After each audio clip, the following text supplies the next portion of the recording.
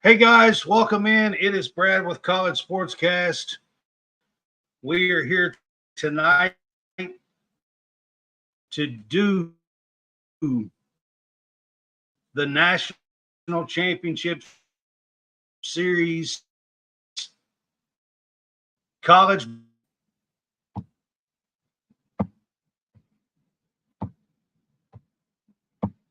There we go.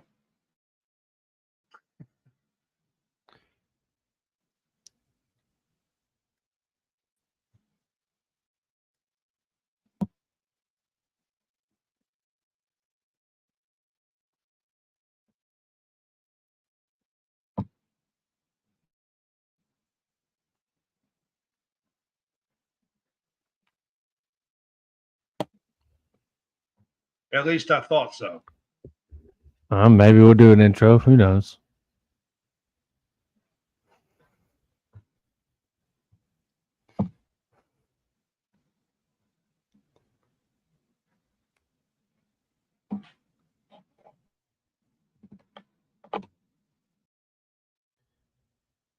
Uh-oh. Oh, no.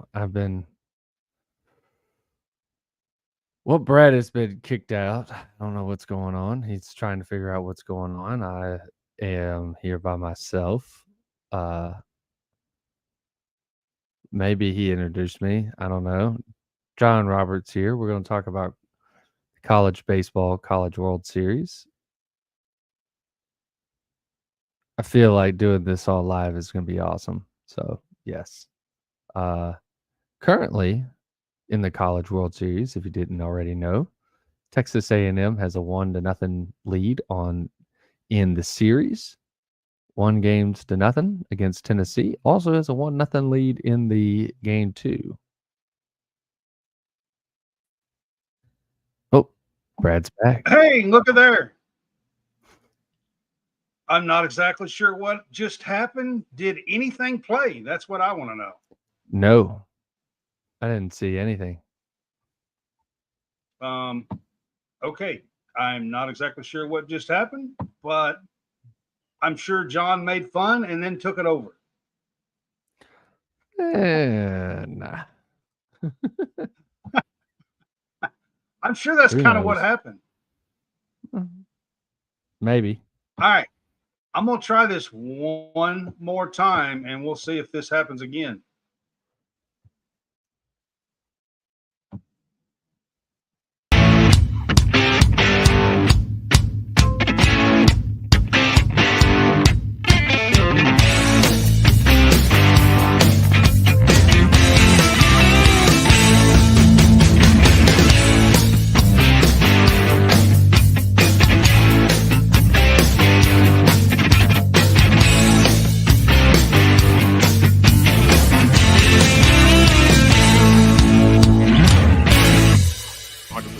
We executed. I heard a fan offer free Dippin' Dots if I blew it. Wanted to have some fun, execute. I had bombs. Stay as a team, execute, give 100%. Dippin' Dots sound good.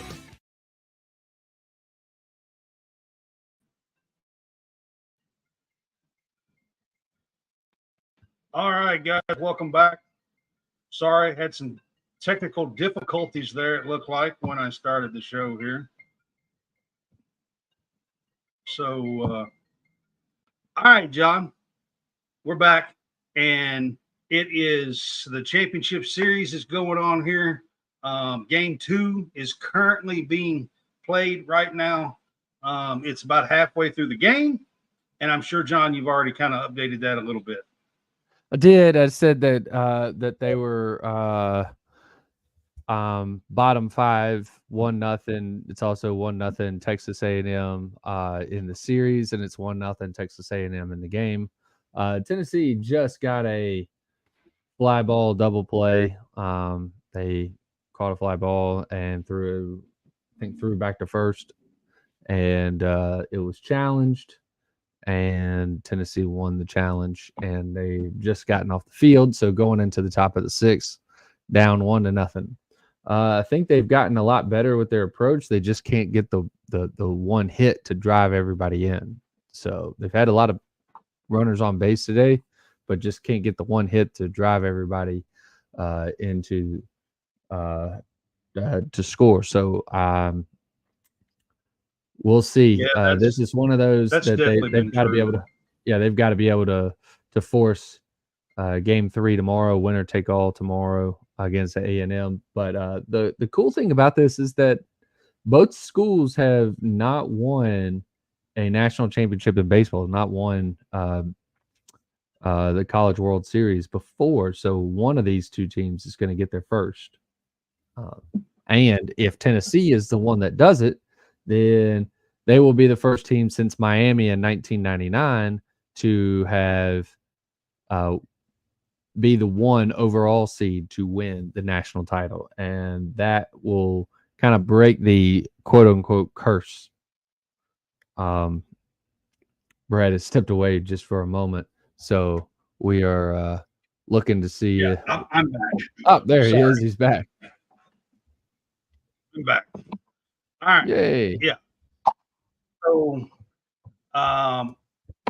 right off the top here, just want to say on Facebook, we are growing and growing. We crossed over 2,500 today. So help continue to support us on Facebook by sending stars. Sending stars help us to earn money to make more content. You can also do that by subscribing to our page now. That gives you your own subscribers page, and I make posts there. You also try to grow on YouTube and everywhere else. And then, of course, at the bottom of the screen, I do have our True Victory that is going through the bottom of the screen there. And I am wearing one of the True Victory shirts today. This is one of the True Victory shirts. And they are veteran owned and operated, and part of their proceeds go to help vets and first responders. And it's a good way to help and support us as well by using our code, the Fanboys, for a 15% discount at truevictory.com. All right. So, John, the College World Series, of course, Kentucky was in it this time. And we had a walk-off to start with. First game, won a game. Big moment for Kentucky baseball. They've never been there before. And of course, they run into this A&M team, and their pitching staff is just amazing. Yes, yeah, their pitching staff is just absolutely giving guts performance because, I mean, if you really look at it, they've got a couple of guys that are hurt, and they've got a couple of guys that they've been leaning on a lot during this postseason, whether it's in the College World Series or in Super Regionals or in Regionals.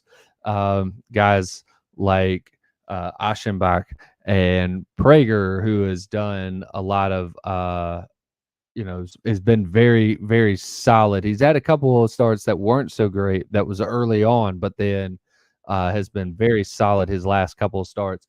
Cortez is out there now. This guy is a guy that started the game today, and he was kind of all over the place as far as his fastball, but his slider has been one of those that's just been He's really got some movement good on his stuff, though, man. Yes, he's got stuff, and he is 100 plus on the fastball. Slider's pretty good too. 101, 199. I mean, and then he's got, I guess it's a four seam that goes back in. It curves the other way that the pitch is really not supposed to do. Usually that's a two seam unless he's got some sort of angle with it. It may be a two seam. I'm not sure. Yeah. Man, he's got a heck of a pitch. He's a Mhm. righty, and most of the time you don't get a pitch that moves away from lefties. Yeah, I mean, again, a two seamer or split finger, your change up, all those will move to arm side with a righty, which will move into a right-handed batter away from a left-handed batter. Or if you've got some form of slider that backs up. So they've had some that there are some sliders that will back up, and so from a righty's perspective, if it's coming, where a normal slider would slide away from you, sometimes they actually keep coming into a righty. So yeah. Right. Well, let's talk a little bit about just the college baseball season itself. Charlie Condon, there you go. Got you a baseball there in your hand as you speak there. Right here. It's the NCAA. It's SEC ball. So yeah. NCAA, SEC. Charlie Condon wins the Golden Spikes award yesterday. And what did you think about that? Him winning it. Did you think he should, or Christian Moore, or Travis Bazana, or Hagen Smith, or who did you think really should have won it? So honestly, I think that the Golden Spikes should have had 5 people in the finalists. They should have had 5 in the finalists, and at that point you can say who you believe or whatever. But the 3 that they had, I think the 3 that they had in it should have been 3 of the 5, but then I think they should have added two more. All right. So I think that they should have had a Christian Moore, so SEMO, off of this Tennessee team. And then I think that Jack Caglione should have been the other one. But the field that they were given, Charlie Condon, I think definitely was the guy that should have won it with the field that was there. So you had, I believe you had Hagen Smith, Charlie Condon, and Travis Bazana. And Travis Bazana being the one guy that's not that is representing everybody outside the SEC, being a Pac-12 Oregon State guy. He's going to go high in the draft. That guy is unbelievably good, but based on what was going on, I think that they got it right with of the 3 guys. I really honestly believe they should have put the other 2 in there, and at that point we can argue what we want to argue as far as should either one of them been the winner. But of the 3 that were in the finals, I think Charlie Condon was the guy that should have won it. So yes. Also, the first team All-American team was announced yesterday as well. I think there was 6 SEC guys on the first team.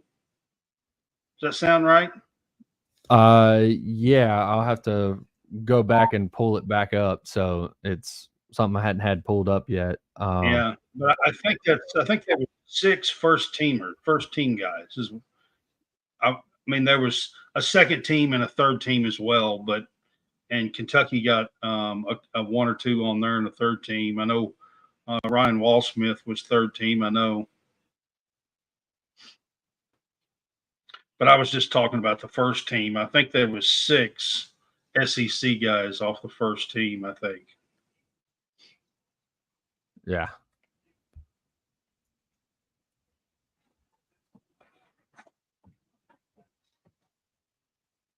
Yeah. I'm actually just going to see pull up the list. But while we do that, Tennessee has 2 on in the top of the 6 with 1 out. They are going to have a mound visit with Cortez. So, yeah, I've got it on. So if you see me turn my head like that, right? Yeah. Yeah, I do have it on back here. Cortez did not start, by the way. He come in after the first inning. Another guy pitched the first inning. I gotcha. And they brought Cortez in the second inning.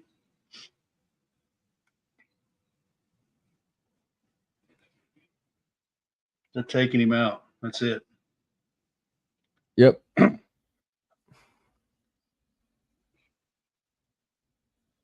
That looks like with the trainer. That looks like a trainer coming out. So that may be one where they allow that he may have came out with an injury, so they may allow whoever's coming in to be to have all the time in Have the some world time. to. Yep. Yeah, to warm up. Yeah. All right. So, of course, we got Tennessee #1. Maybe could break Yep. this curse that you talk about for 2 years with the #1 seeds here. But Yeah. you got Texas A&M with the #3, and of course, Texas A&M beats Tennessee last night 9-5. Led, had a 5 spot in the top of the 3rd inning yesterday, and led 7-1 after the top of the 3rd, and never really was threatened after that. I mean, Tennessee did cut it 9-5 late, but that was as close as they got yesterday or last night, I guess I should say. Was you surprised at all, with the amount of runs, I guess, that A&M put up last night? I think a little bit with the amount of runs that A&M put up, but I mean, look, this offense has been pretty good as far as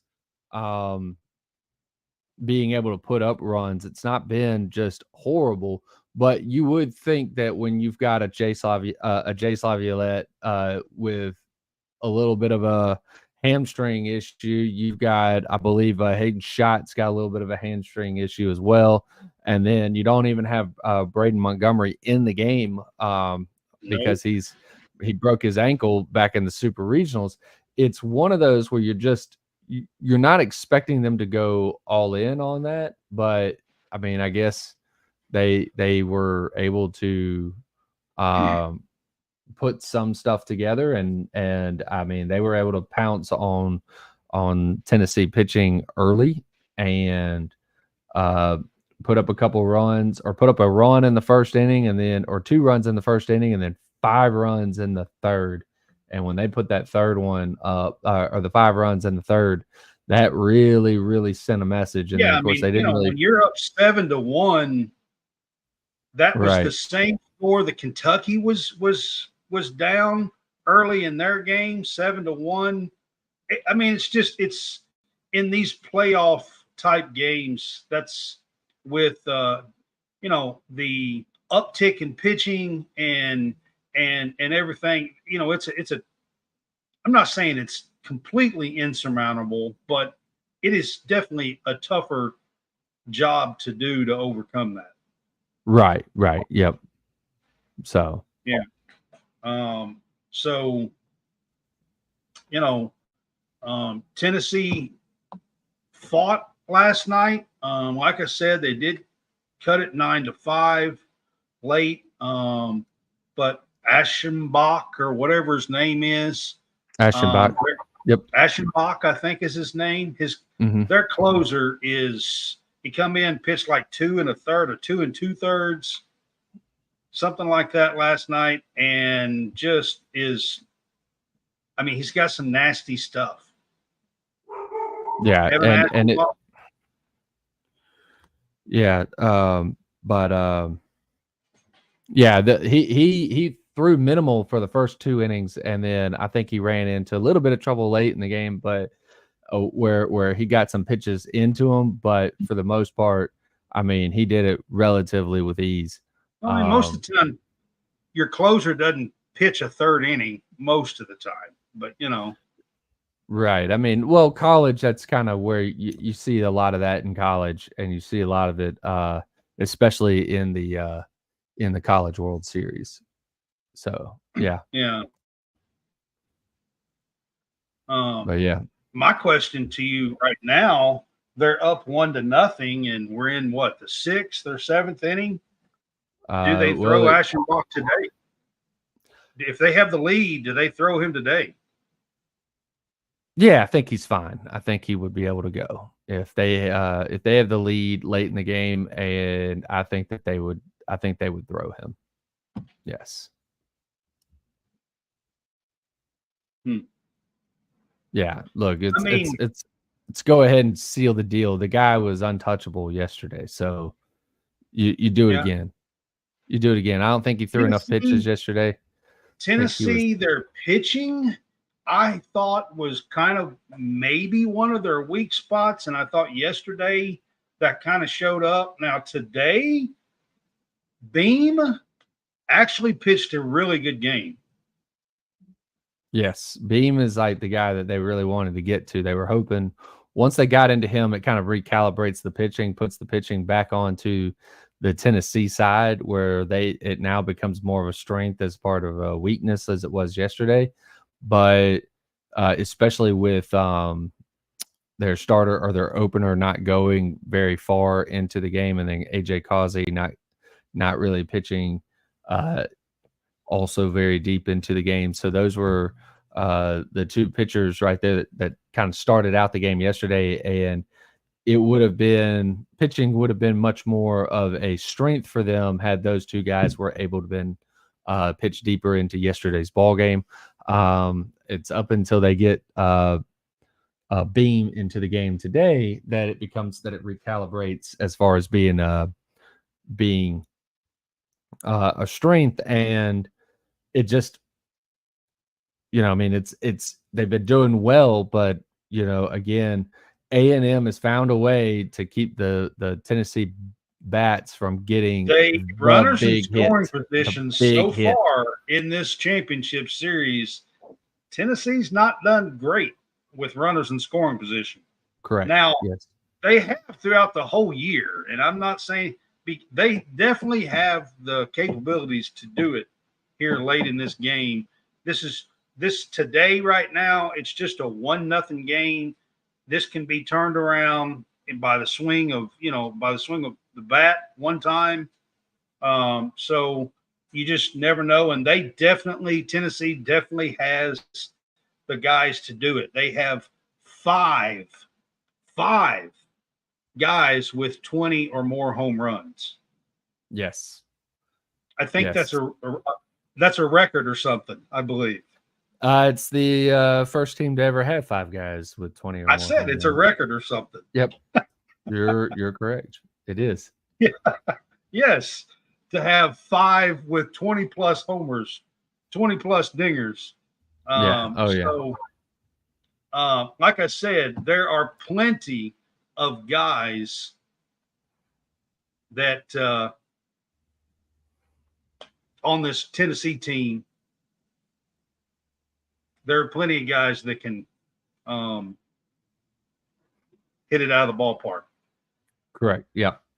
And I mean, look, almost everybody over on the A&M side can do it. They just don't do it with the same frequency that Tennessee's done it, which is crazy. I mean, again, you've got the Jay Slavielette, you got Grahovac that opened the game up yesterday with a home run. So they've got guys too, but at the same time, yes, Tennessee has got the power. And I believe during the regular season, it was something like 52% of their runs that they scored were via the home run. Right. Yep. Yeah. So, I didn't see what has happened here. They just changed pitchers. What did they get them out, or? Are you talking about with A&M? I didn't see. A&M got a double. Yeah, they had to change pitchers. Yeah, A&M induced a double play and got out of the inning real quick. Yep. So now they got out of another game. They did. Tennessee's yet to be able to get that one big hit to be able to score the runs that they've been putting in. They've been getting guys in scoring position. They just can't get them across they just can't get them across and score. So yeah. Well, I'm gonna put you on the spot here, okay? So who's gonna win today? It's a 1-0 game. I still say it's an anybody's game right now. You got about 3 innings left, 2.5, 3 innings here. Yeah, it's anybody's game right now. And I mean, look, A&M Yeah, I mean, look, third game tomorrow, or it is. A&M finishes. it is anybody's game right now. A&M certainly is riding the momentum from last night. They are still up, and they are still being able to shut the door defensively against against Tennessee. So every time that Tennessee seems to be getting some form of momentum, A&M has been able to get the one pitch that just shuts it down, and they ride that momentum. Whether they have been able to finish, by scoring again or anything like that, that remains to be seen. But Tennessee is running out of chances right now. They should. I mean, look, they've got the capability of doing it. I honestly think that the A&M has got all that momentum, and I think they're probably going to end up ultimately finishing this off today. Yeah. Or do you think it goes to tomorrow? I think it ends up being today. Okay. I had to put you on the spot here, but the next thing I want to talk about, and I know you're going to enjoy this. So when Omaha started, we had 4 SEC teams and 4 ACC teams. Correct. For the first time, this was a SEC versus ACC showdown in Omaha at the College World Series. Right. And the SEC kind of dominated. And I wouldn't say kind, I would say they did. I just want to I want to hear what you have to say about it and how it all went down, because in every avenue there was 3 ACC on one side and 1 SEC. That was Tennessee. And then there was 3 SEC and 1 ACC on the other side with NC State. Correct. And in every avenue, it was SEC in the winners, ACC in the losers. The only wins that the ACC had was against itself. So you're right. The only losses the SEC had were against itself. Yes, the only losses that the SEC had was against itself. So you're right. It was a complete domination from that point. I just wanted to hear your takes on it, your thoughts on it, and your pride on it, I guess. So there you go. Well, I mean, look, for the last 10 years, I've been in and out of trying to push the SEC as a baseball conference. And we're now sitting 35 years since Georgia won the first SEC national championship in baseball, and that was in 1990. Since then, it has been utter domination by the SEC. Before that, it was all West Coast. It was Pac-12. It was I'm trying to think of all of the WAC. It was all of those conferences that were out west, because it was Pac-12 and teams that eventually became Pac-12 teams, because Arizona State wasn't necessarily Pac-12 at the time that they were winning some of these things, or Pac-10 or whatever you want to have as their conference, Pac-8. But it was dominated by USC from it was Pac-8 pretty much from 1940s. I think it was like 1943 or something like that. That's about when Omaha started. It's kind of in that neighborhood. Anyway, from that time, 47, I think I've seen somewhere around there.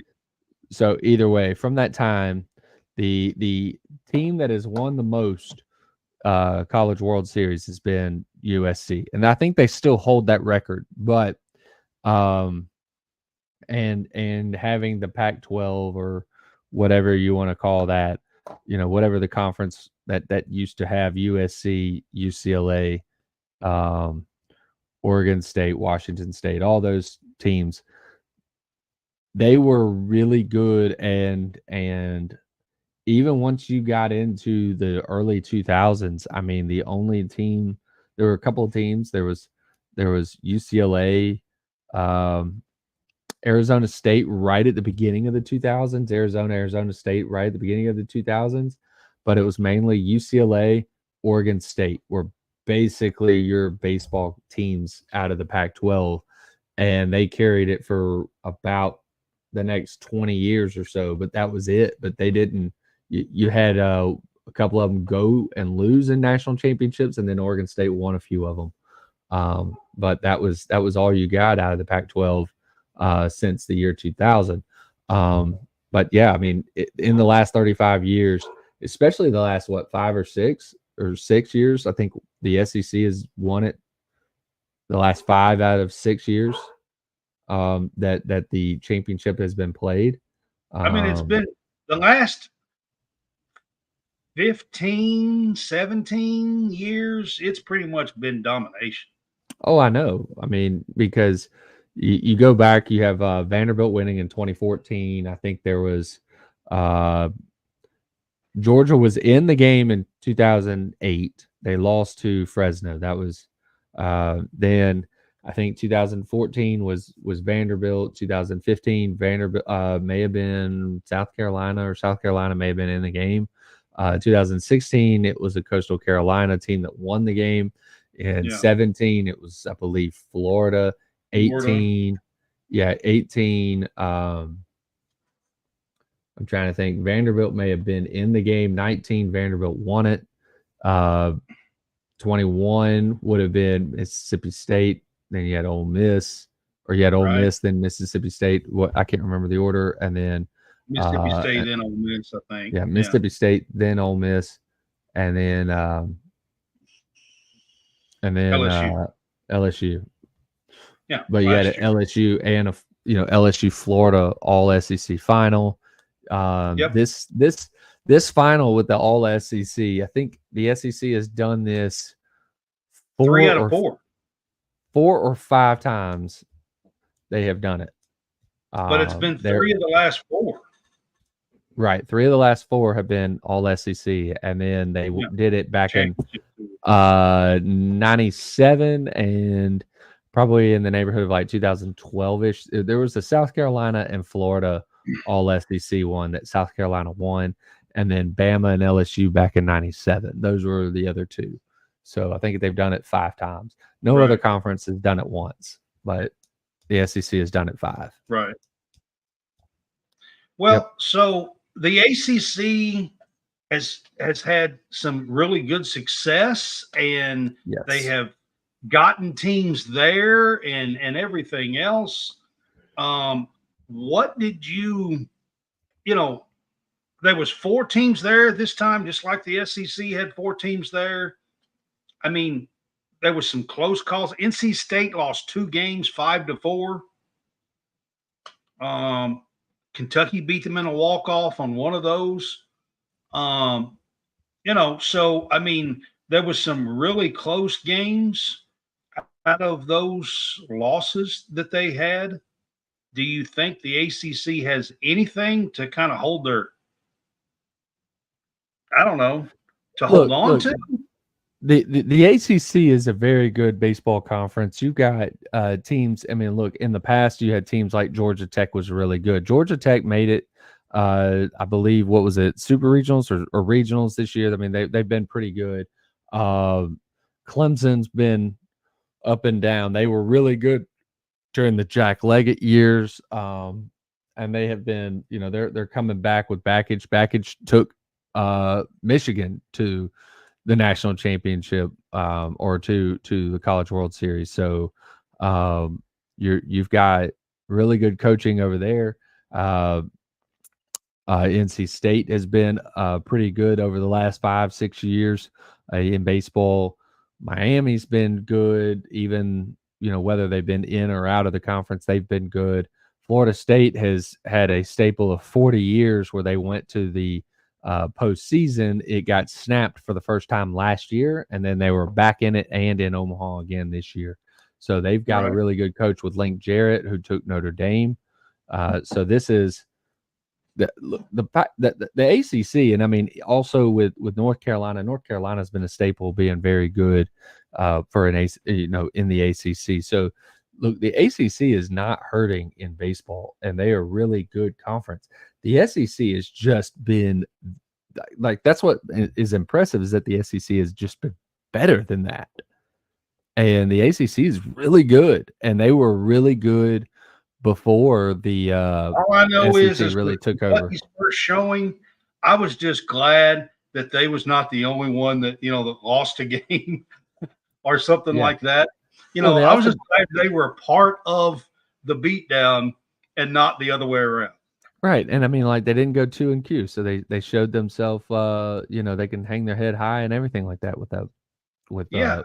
their first showing in the College World Well, Series. I mean, if you want to get to that, I mean, Kentucky's season, man, you got to tip your cap to them. I thought they had a fantastic season. Coach Mingione, I know he got at least 2 Coach of the Year awards and deserves it, I believe. I mean, preseason, they were picked 5th in the East preseason in the SEC. and honestly, I mean, even in the early season, we were actually talking about this. I kept telling you that early on. I mean, it's always been Kentucky's really good in the non-conference. They get into conference and they just don't win as much. This year, not that way. They really surprised everybody, turned heads, including myself, where they beat teams that they normally just hadn't in the past beaten, and they, congrats to them that they made it, that they were able to make their first College World Series, and that they actually again won a game when they were there. Yep. And when you get to the World Series talk here, I mean, yes, it was Kentucky's first trip, but these 2 teams that's playing right now in Tennessee and Texas A&M, they've been there. Texas A&M, this is their 8th time at Omaha. Tennessee, this is their 6th. But neither one of these teams have won a national title. So Correct. whoever wins the title here is going to be a first-time champion. Correct. Yep. Whoever wins the title here will be a first-time champion, and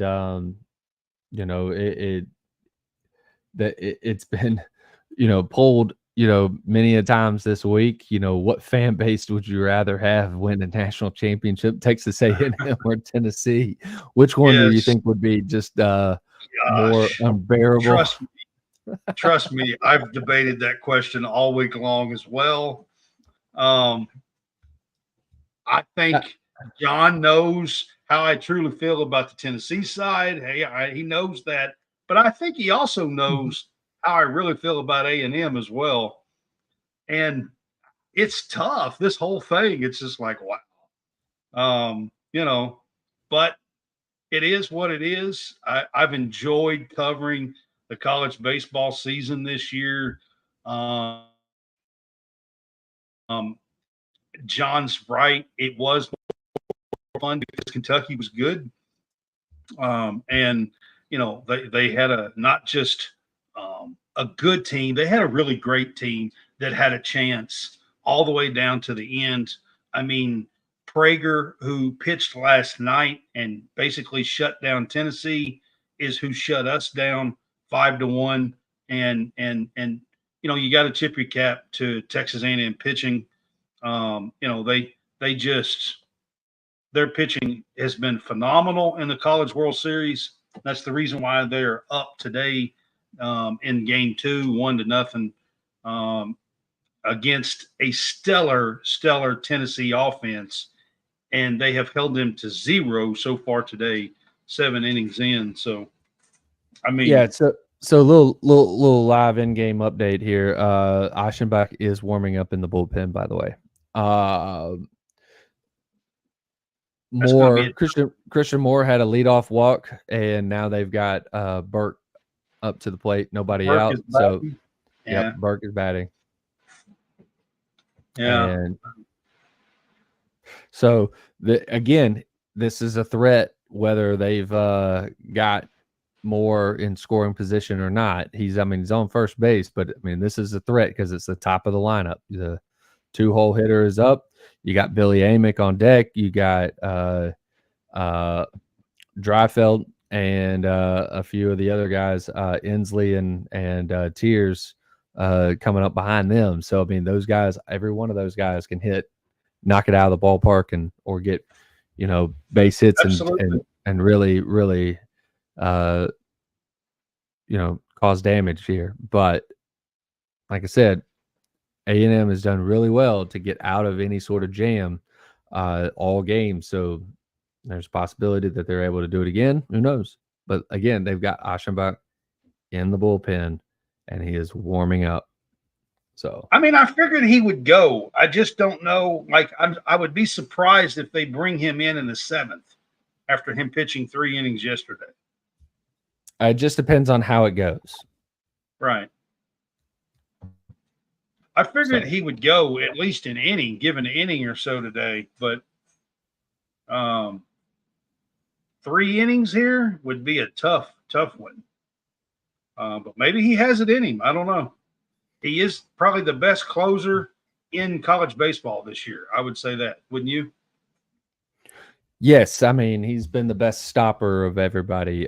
He's been able to just with the way that he pitches, he is what you would deem a soft lefty, just because of the fact that his fastball's not throwing 100. He throws 90 to 92. Yesterday he was getting it up there to 93, 94 on some of those that look like he had a little extra juice, but he is he's a guy that just relies on his stuff. He's very pinpoint accurate with that with the slider and with the changeup that he throws, and that it's and he's not got a lot of movement. Right, and his fastball is more as a setup pitch, which ends up getting swing and misses because of how much he throws all of the off-speed pitches.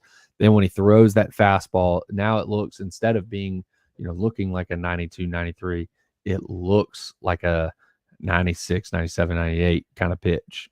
So, right. Yeah. All right. So one other topic that I wanted to bring up kind of from the College World Series here is Florida. Florida baseball, before this tournament even started, there was a lot of talk that, maybe Florida didn't deserve to be in. They were the last, even before the season series, they had to go to Georgia and win 2 games at Georgia and win that series to be above 500. So, and if you're not above 500 in baseball, you can't be in the tournament. And they barely was above 500 to get in. And a lot of people was saying that they didn't think they deserved to be in. Florida makes a run all the way to Omaha. They take Kentucky out. In their one game that they got against Kentucky at Omaha, and knocked them out in the double elimination game after A&M had beaten Florida, and so they took Kentucky out and made it to the semifinals. Basically, what do you think about Florida, Jack Caglione, and just because they have a bunch of hitters too? I was talking about how Tennessee has 5 with 20.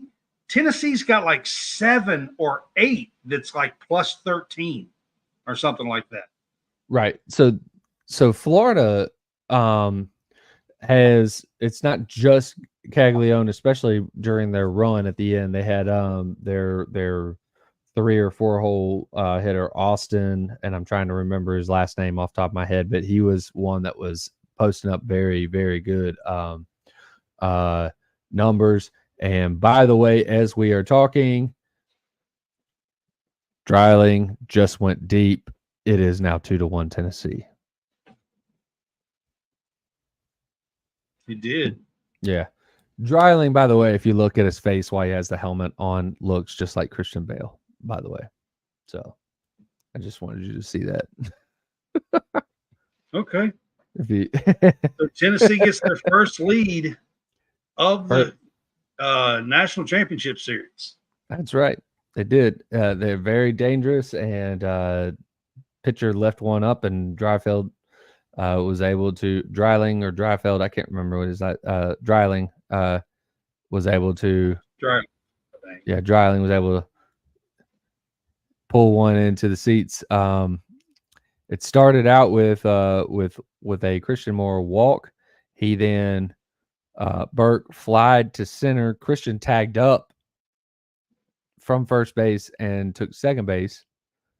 And then I believe Amick flied out to right to Laviolette. Laviolette was able to make a really good throw to keep Christian Moore from tagging up and going into third. Dreiling hit the home run. And then I believe that is the center fielder right there that just went hit a pop fly shallow right field to Inslee Laviolette. Yep, Inslee. There you go. Hunter Inslee popped up, and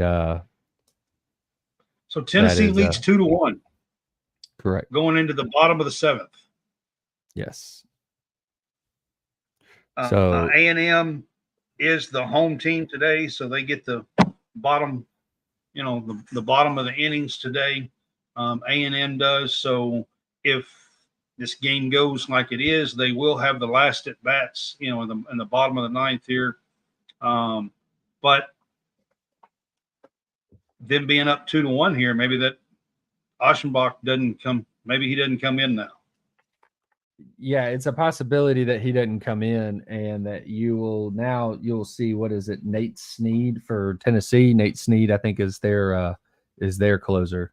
So you should see him, but I don't know exactly when they will bring Nate Snead into the ball game. So but he's their closer. He ought to be coming in at some point, as long as they still got the lead. Toward the end of the game. So I don't know if he's going to come in now, being the bottom of the 7th, or if they're going to wait and bring him in the 8th or in the 9th. But I would expect Nate Snead to make an appearance in this game now. I would too. Absolutely. I mean, I got to ask you here, kind of going back to Florida and Caglione. Caglione was pretty amazing in the playoffs itself. Like, he was he was just killing the ball. Mm-hmm. And I'm seeing him as far down as like a 5th pick. Is that right? Like, is he really going to not be in the top 2 or 3 picks? I mean, I can't imagine him going 1, 2, maybe 3. But I mean, I get top 5 is still good. I'm not saying that. Right. But it's 1 or it's not 2. So it depends on who's picking. Right. So I'd have to go look and see what the draft order is, right? See who the first pick of the draft is. So 1 would be who's picking. 2 is you start looking at kind of the needs that they need. And it may be that they need an outfield bat. It may be that they need look, he's going to be a guy that is a bat. He's also a guy that is a pitcher, because he's just as good. He's one of the top pitchers for Florida as well. In fact, for a long stretch, he was the most consistent pitcher that Florida had. But they weren't going to put him either Saturday or Friday because of the fact that they wanted him to pitch Sunday and Sunday only, and that he be the first baseman on Friday and Saturday, and be the pitcher and DH once he came out of the game on Sunday. That was the way that they were going to run it. So they weren't going to move him out of that Sunday spot. Right. But yeah, it is strange, but you'd have to really look at who's picking and what the needs are for those teams that are picking ahead of Caglione, or ahead of where the projection for Caglione is. Because, I mean, like, look at this. There are guys like Chase Burns, Hagen Smith, that are, like, guys that will be major league pitchers probably by the end of this year, the end of this season. They could be in the major leagues as pitchers, or to start next season. I mean, they're Paul Skeens caliber. They're guys that are going to start next season as far as being in the major leagues. They should start next season or be in the majors by May of next year. So there are a few center or a few bats, outfielders that you got to think about too. Honeycutt made a lot of money for himself with the way that he played, being an everything kind of guy. I don't know exactly how high he is. I think he's still like top 10. I don't think he's a top 5 pick, but Honeycutt is also one that will be up there pretty high. I mean, a name that I keep hearing that might be top of the board is Travis Pizzana, Morgan State. Yeah. I have heard that too. But like I said, I've heard a lot of Chase Burns one, and I've heard a lot of Travis Pizzana. We've heard Christian Moore being up there. So there's a lot of different guys. Charlie Condon could be up there in the top 4 or 5. Mm-hmm. Yep, Charlie Condon, and he's a guy that can play. Megan Smith. So I mean, there's a bunch of dudes. When you think about it, there's 6, 7 names. Yeah, I mean, we might have the top 10, top 15 right there. Yeah, we may be talking about the top 10, top 15. Here's the thing too. There's still high schoolers that are going to be drafted too, and I'm sure there's going to be some high schoolers that are going to go top 10 or top 15 or whatever. This teams are starting to get away from what seems like high schoolers being picked in the top part of the draft, just because. Here's the deal: they all need development. Every one of the high schoolers. There's not going to be somebody that steps off the field from high school that could step right onto a major league field. Right. And that they all require development. Well, that takes up time and money to develop them. When you can get these college. If you're a high schooler anymore and you get picked that high, you get picked in the top 10, 15. Like, you have to be pretty special. You have to have because now you get NIL money. That's not a lot, but you can get NIL money. They're getting pretty close to getting where baseball, like, there's a good chance that baseball will have, they'll have everybody that has scholarships later, like with all these NIL things and everything that's going through the courts. Yeah, the settlement and everything. There's a possibility that they get away from the 11.7 model and it goes to everybody. But there's still a lot of talks on how everything's going to go. I don't even know. I've learned a lot about how baseball on the field works. I would have to completely study. I don't know how you get 11.7 scholarships to work. That makes no sense to me whatsoever. I don't know how these schools and stuff have managed that over the years. That's insane to me. So the teams, like anybody that has the lottery, that has some form of education that's tied with the lottery, that you can convince a kid to come to school and be paid for because they had good grades in high school. Georgia with the Hope Scholarship, Tennessee, I think it's got this going. I think Florida's got something like this. There's a lot of different states that have a lottery with education tied to it. So that's one way you do it. You keep in-state kids in by giving them full, they're going to have full rides, with the lottery, with whatever that particular program is, and then you have them as a preferred walk-on for baseball. So that's usually what some of those how some of those schools have gotten away with it. If it's a private school like Vanderbilt, few things that they get some of the other public schools can't, or ways that they can get around it. So there's things that are like that. I mean, look, there are so many different ways and creative ways that people have gone about trying to get baseball players to come to school. You give out third scholarships or something?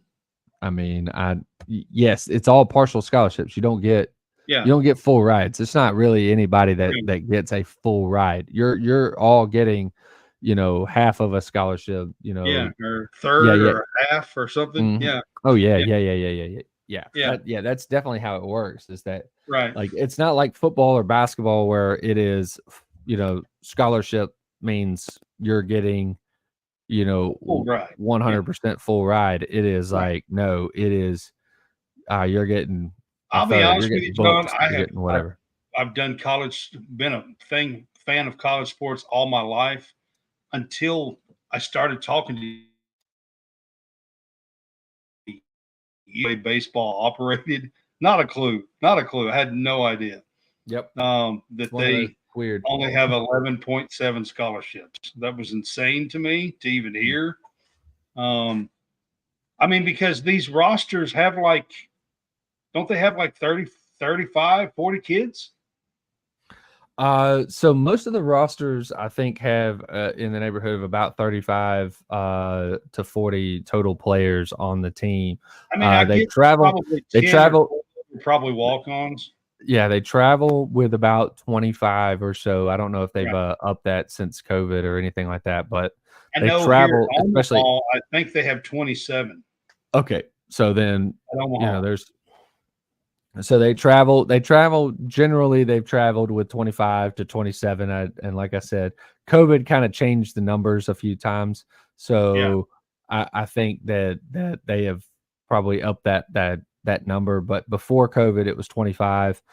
Generally, with players and support staff, you probably in conference, or just when you traveled, it was 35 people. Total. The reason why I know that is Texas A&M, when they played Kentucky, they had just lost Montgomery, and then Laviolette was hamstring injury, and he come out of the game after the 7th inning or something like that, and they were talking about that they only came to Omaha with 13 position players. Right. Yeah, they chose to bring extra pitchers and not. They brought an extra pitcher or two. They had 14 pitchers and only 13 position players, and they literally did not have any more outfielders. They didn't. So what they did is, I believe they were. Caden Kent was one guy that said he could play outfield if they needed it, but they were dropping Grahovac, who was their third baseman, out into the outfield and bringing somebody else in to play third base, and that's what they were doing. Right. And yes, I saw that too. So yeah, that was they almost got themselves in a A&M was one of them. That the other night they literally did not have any more outfilders to bring into the game. Yeah, right. So, you talking about position, and so they have a limit, I guess, of 27 players, and you can play with those numbers. You can bring a few more pitchers, you can bring a few more position players, and A&M had chosen to bring a couple more pitchers, and they only brought 13 position players, and of course with Montgomery out and a couple of other things that was going on, they literally did not have any more outfielders to bring in. Right. Yep. Which I thought it was interesting, to hear them talk about it. It is. It's always interesting with the strategy. I mean, you should look into what Major League Baseball does when they get into playoffs, and you'll start seeing do we go 13 pitchers and 12 position players, or do we do the opposite or whatever? And most, 9 out of 10 or 8 out of 10 times, you're going to see teams carry more pitchers than position players. And sometimes this is kind of the scenario where bites them in the rear. It's that, or if you have multiple catchers go down, that's when it really gets in trouble. So Yeah. I can see that. I can see that for sure. Yep. All right, so we are in the top of the 8th. Is 2 outs. Tennessee is at bat with Curley on first. And the batter is Stark. I believe is their 9th hole batter, I believe, isn't he? Yeah. Cal Stark is the 9-hole think. hitter, so that means Christian Moore would be on deck. And Christian Moore would be up next if he can get on base here. But there's 2 balls, 2 strikes, and 2 outs. According to what I'm seeing here, this may not be exactly live. No, you're correct. You're correct. It's 2-2. It may not be exactly live. I may be in a small delay here, so. Well, if you're in a delay, I'm in the same one because I see 2-2. Okay. All right. Well, once I started reading, I thought, well, this may be 15 seconds behind or something. I don't know. Right. But anyways, and Tennessee leads now 2-1 here in the top of the 8th. Right. So just to give you an update here, this has been a fun year. John, you wasn't on with us quite as much, but we did try to catch up with you on Sundays quite a bit 4-1 this season. 4-1. Cal Stark just went yard. Are you serious? I'm dead serious. He just put it in the bullpen. No, he went over the bullpen. Wow. Well, there we go. Looks like we're going to have a game 3. That's what I'm going to say.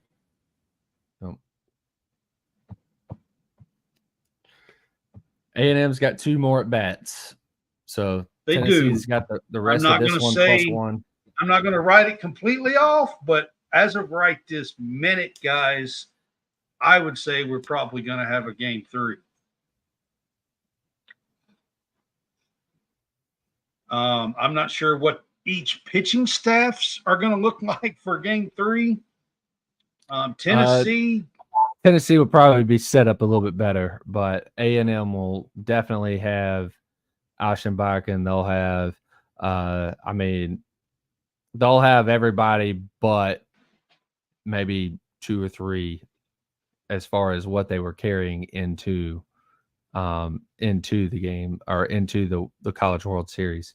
Brager pitched 80 pitches yesterday. When you know it's the last game of the season. Something like that. When you know it's the last game of the season, it's not a if you win, they're going to play another one or anything like that. It's right.